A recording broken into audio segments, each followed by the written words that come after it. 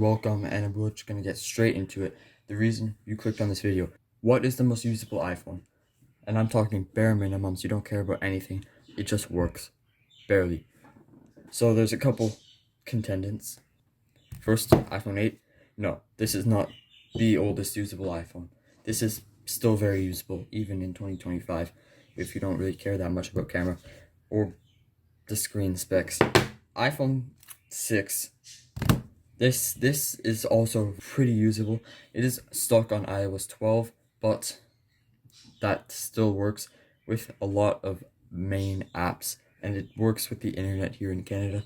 So this is also usable. The iPhone 5S, it reminds me a lot of the iPhone 5 design-wise because they look pretty much the same.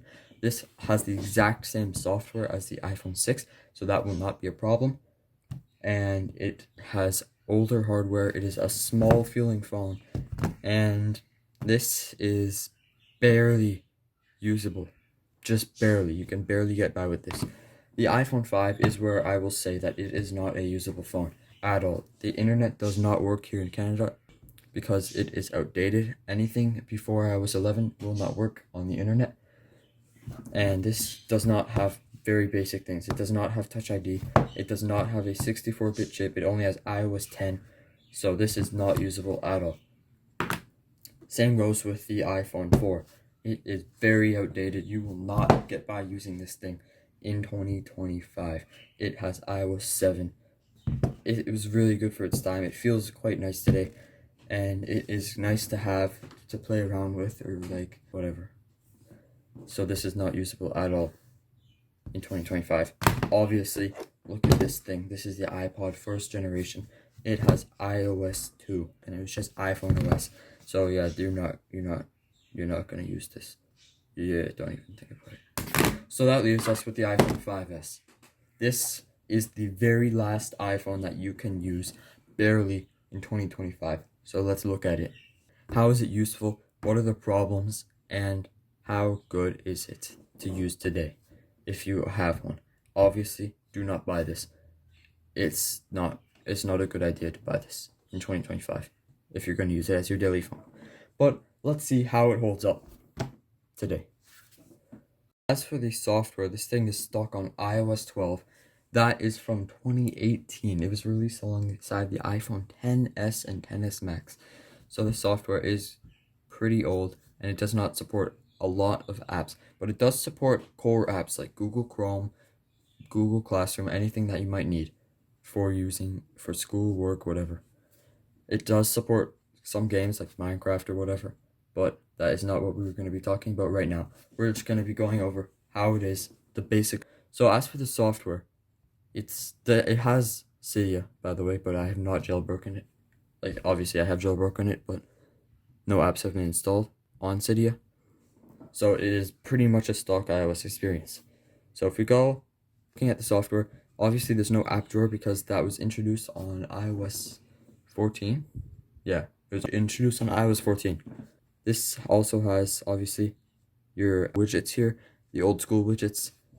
And this was also released the same year that macOS Mojave was released.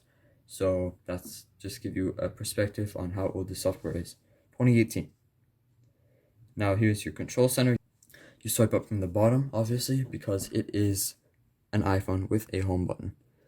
And you have your brightness control here. I'm keeping it all the way down just so you guys can see it. And that is pretty much all there is to it. Obviously, you have your notification center if you swipe down, but it's very surprisingly similar to what iOS is like today. iOS 18 is the newest version. Obviously, iOS 26 is out too, but that is in beta, and I would not recommend putting that on your main device. Biggest drawback of this phone is probably its storage. It only has 32 gigabytes of storage. That is not even close to enough to use properly and to be comfortable with not having to worry about filling storage, stuff like that. 32 gigabytes is not even close to enough. But again, this is literally the most bare bones iPhone that you can use today. This is the oldest iPhone that works with Wi-Fi here in Canada, and it is not for people who care about cameras. It is not for people who care about speed or display quality or storage or battery life. It is just for people who want a phone. That is it. A phone that works. Barely. Now, design-wise, again, as I said before, it is basically the exact same design as an iPhone 5. The only difference from the front is that Touch ID sensor. You don't have the little square and you have a golden ring around the home button. That's literally the only difference from the front of these two phones. Now from the back, again, no major differences. The only thing is that the iPhone 5s has a dual LED flash compared to the iPhone 5's single LED flash, and the camera on the iPhone 5 sinks down a little bit, but the iPhone 5s, the camera stays perfectly flush with the glass on the top. But yeah, design-wise, these things are basically the same. The iPhone 5s will feel very old in the hand, like very old. Just to put it in perspective, this phone was released in 2013. That is 12 years ago. It was released the same year as this. These were released the same year, 2013. That's crazy. We really don't care about the BlackBerry today, so we're going to just put that to the side very, very gently because we don't want to break it. And we're going to get back to the star of the show, the iPhone 5s. So let's take this opportunity to test the camera. And I will be... No, you can't use my location. Thank you very much. I will be using this opportunity to take a picture of this very great condition Galaxy S1. So, we're going to take our picture. Click. That's bad. That's really bad. I was expecting better. Come on, iPhone. Okay, so clearly camera quality is not a strong suit of the iPhone 5s. But again, bare bones iPhone. You don't care about camera quality. You don't care about any of that. You just want a phone that works. This is a phone that works. So now that we have seen that it is a phone that works, we're gonna look at what doesn't work. So let's say I want to get this app, random app, whatever. I might need it. Oh, look at that. It requires iOS 15.1 or later. That is a very, very common thing that you will find on this iPhone 5s. It is not supported by almost any apps. Google Chrome, you can use whatever, but most apps that are kind of niche or recently released, like ChatGPT, you cannot use because this thing was released in 2013 and the software was released in 2018. Okay, but how is the video and microphone quality of this iPhone? So to test the video quality, I'm going to be taking a video of this slightly unfortunate iPhone 6 that we have here. I mean, the condition isn't the worst, but it isn't the best either. Cut that out. Okay, so this is the video and microphone quality of the iPhone 5s, and as you can tell, it's pretty bad. The iPhone is blurry. You can barely tell it's an iPhone 6. I mean, if you shot this on an iPhone 16 Pro Max, you could probably still not tell it's an iPhone 6, but you know, we're gonna ignore that. Okay, so what can you take away from this video? Well, this iPhone is not even close to the best experience you can get with a phone. It is definitely not the best value. I more recommend a budget or even an older iPhone or a budget Samsung or any Android.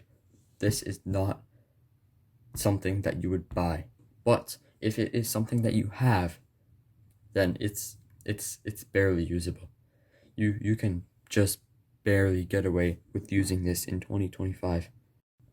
It is the oldest iPhone that you can connect to the internet here in Canada. I don't know if it's the same in other countries, but that is how it is in Canada. This is an old iPhone. It feels old because it has the same design as an iPhone 5, and really it has a very similar design to the iPhone 4 with that boxy design language. But this is a phone that works for most things, and it's really basic. It's almost like using a dumb phone, and I would recommend this as like a phone that you don't want to have distractions on, like social media, or a phone for your kid, or maybe even a backup phone. I don't know, but it is barely usable. Yeah, thank you guys for watching. Don't forget to leave a like and subscribe, and I'll see you next time.